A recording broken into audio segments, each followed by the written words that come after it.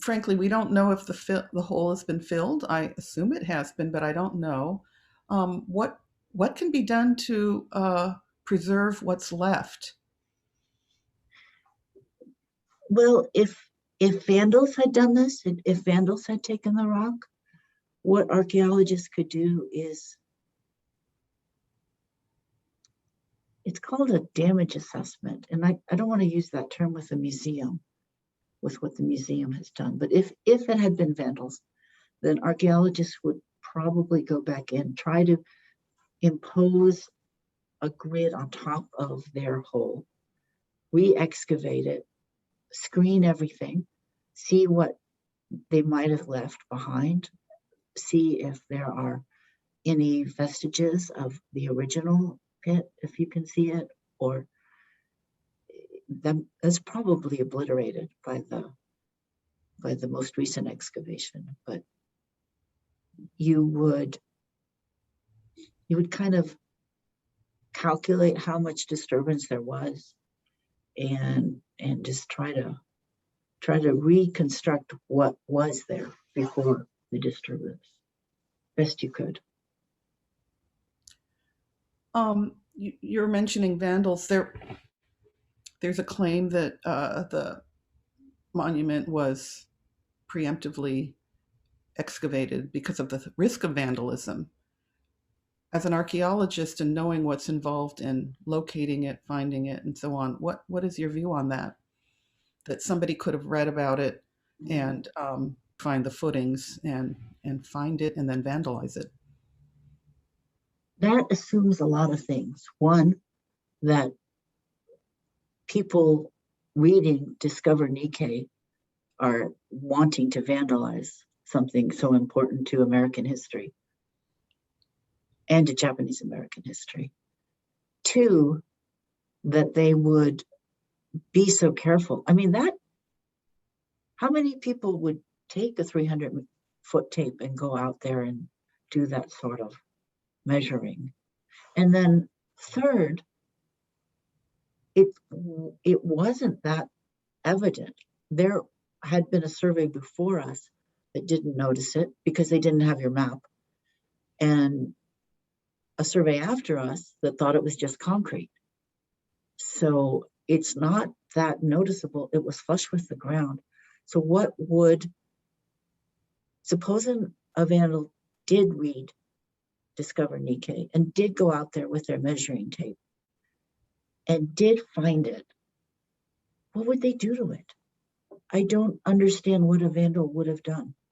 I mean, I guess they could have shot at it. They could have painted it. But why, if they were going to do that, why didn't they do that to the other Wakasa memorials, to that tree that was out there, or to the sign that was out there? I mean, those would be a lot easier to vandalize than a rock that's flat against the ground. And those are easier to find too. So what are these markers? Oh, have you seen it? There's one that's like a tree. It was like a stump of a tree, only a tall stump, and it had Wakasa carved into it and then painted over us with white, so you can see it very easily. And you can see that from the road. And there's do we know who made that and when? No, it was there when the archaeologists did the survey, I think around 2001. It was there, and the somebody who lived near there said he had painted it, but he didn't claim to have made it. So it had been maintained by a local person, and I could get you his name if you want to follow up on that. And I think we have a picture of it in the article in Discover Nikkei. There's also a picture of a sign that was put up by I think, a Boy Scouts or somebody from Delta. Right. Okay, so that's the other one that seems like. There's one. It was actually put up by the White River Academy. Okay, that's a service project, and it's in the wrong place. But we were very moved that, because we didn't know where the spot is where Wakasa died. And one of the things that to me is amazing is that all the focus has been on the memorial site, and the memorial to Wakasa. But actually, what that map shows us is actually where he died, Yeah. which we haven't known up until now. And I feel like there have been ghosts out in the desert, and now we know the spot where he died. And there's one photograph of the excavator or the person who was hired to do this work, and he's sitting in front of the barbed wire fence. And then right behind him is the stone that's just been excavated. And since we know that Wakasa died 3 feet inside the fence or so, 3 or 4 feet inside the fence, parallel to it, the stone is sitting right on top of the spot or very close to where Wakasa would have breathed his Oh, last. So for me, when I look at that photograph, I'm really sad because the people who are there don't understand that they're sitting on um, well, not only sacred ground, but it's also a crime scene because it was covered up from the beginning. So it's not only the desecration of of hallowed ground and of a spiritual place, which has never been recognized and or known of, but now it looked to me like a construction site, and it looked like people who didn't know were trampling on areas where people had died, where people had tried to have a funeral but couldn't, who wanted to put up a memorial but were denied, who put it up anyway, who were then forced to take it down. And then 78 years later, no one was there to weep, to say a prayer, to light incense.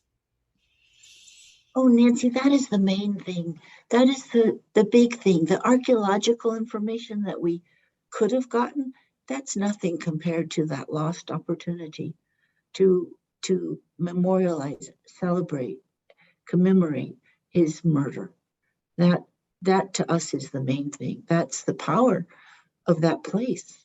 To be there, to see that, to experience that. I think that I that's the part that makes me sad. I think that's the worst.